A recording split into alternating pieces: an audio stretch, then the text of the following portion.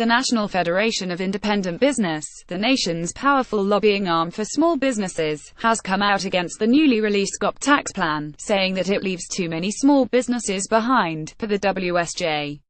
The group is concerned about limits preventing businesses from getting the proposed 25% pass-through tax rate, though it indicated its openness to working with Congress to reach a compromise. Go deeper. What's in the GOP tax plan? Why it matters. Republicans have pitched a tax plan as an engine for job creators across America, and small businesses make up a huge part of that. Immediate pushback against the bill from them isn't a great look. For context, Harvard's current endowment is $32 billion, and has around 22,000 undergraduate and graduate students. That works out to over $1.4 million per student. Stanford's endowment is over $22 billion and has around 16,300 students. That works out to $1.37 million per student. Yale's endowment is $25 billion and has around 12,300 students. That works out to over $2 million per student.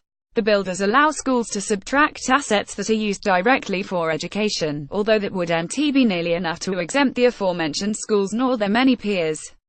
Bottom line, many private university endowments will need to adjust for the 1.4% tax, possibly resulting in reduced investment activity. Speaker Paul Ryan said in a press conference, the Tax Cuts and Jobs Act will deliver real relief. We are getting rid of loopholes for special interests, and we are leveling the playing field. Sen. Tim Scott said the new plan was another important step towards making the economy boom again for the American people. Majority Whip Rep. Steve Scalise tweeted, "We can be mad about jobs moving overseas. But today, we're doing something about it.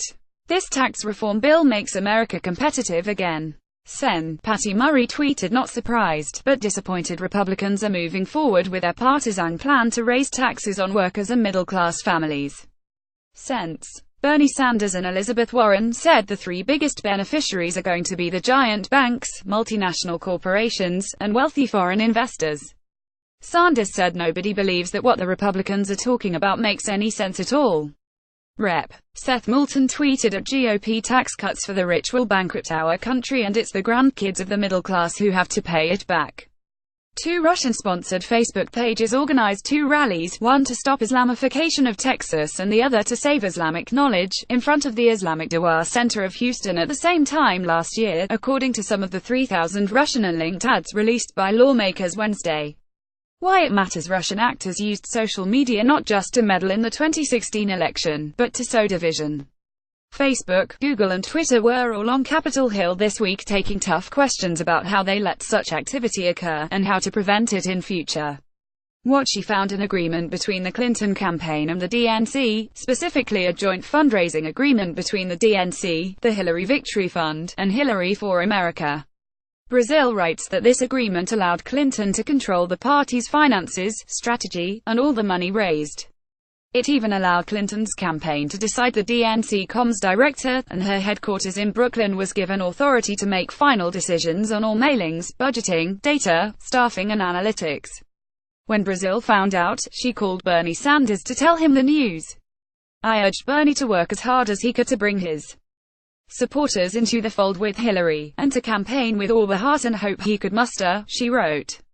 "He knew and I knew that the alternative was a person who would put the very future of the country in peril.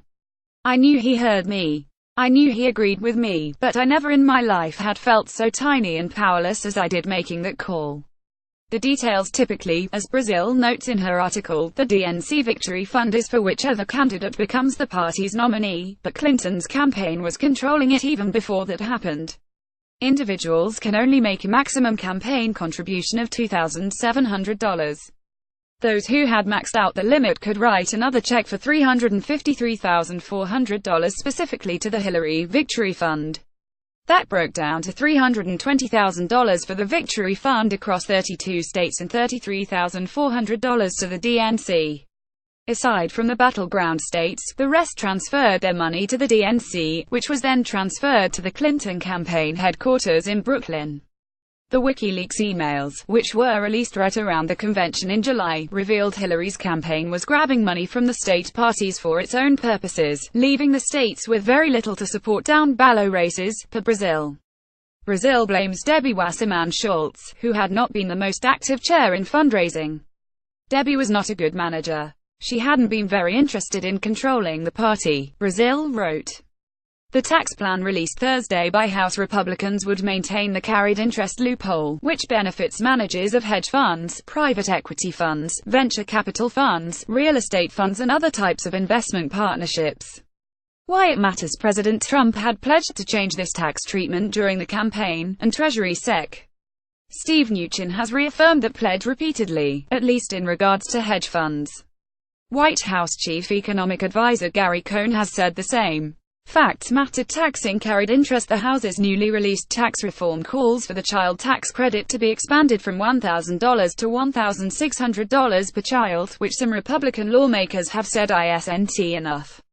Sen. Marco Rubio tweeted this morning, House tax reform plan is only starting point.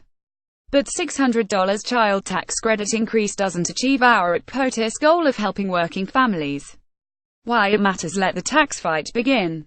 This is the first serious knock on the tax bill of many that are sure to come. Sen. Rubio. Sen. Mike Lee and Ivanka Trump have been pushing for a $2,000 child tax credit, and Rubio told reporters last month that an $1,800 credit would result in all middle-class families only breaking even. Other numbers will also be closely watched, including Apple's sales and earnings forecast for the all-important holiday quarter. That said, iPhone 8 demand and iPhone X will be key components of the coming quarter's earnings. By the numbers, analysts are expecting Apple to report per-share earnings of $1.87 on revenue of $51.2 billion, according to Zacks. For the December quarter, analysts are looking for earnings of $3.77 per share, on revenue of $83.3 billion. Succession plan. Mercer and Peter Brown were named co-CEOs of Renaissance in 2010, following the retirement of firm founder James Simons. Brown will run the firm solo beginning January 1, while Mercer plans to remain on the firm's technical staff. Mercer also released a statement on Breitbart. Steve Bannon and Milo Yiannopoulos. The press has also intimated that my politics marches in lockstep with Steve Bannon's. I have great respect for Mr. Bannon, and from time to time I do discuss politics with him. However, I make my own decisions with respect to whom I support politically. Those decisions do not always align with Mr. Bannon's. Without individuals thinking for themselves, society as a whole will struggle to distinguish the signal of truth from the correlated noise of conformity. I supported Milo Yiannopoulos in the hope and expectation that his expression of views contrary to the social mainstream would promote the type of open debate and freedom of thought that is being throttled on many American college campuses today. But in my opinion, the actions and statements by Mr. Yiannopoulos have caused pain and divisiveness, undermining the open and productive discourse that I had hoped to facilitate. I was mistaken to have supported him, and for several weeks have been in the process of severing all ties with him. For personal reasons, I have also decided to sell my stake in Breitbart News to my daughters.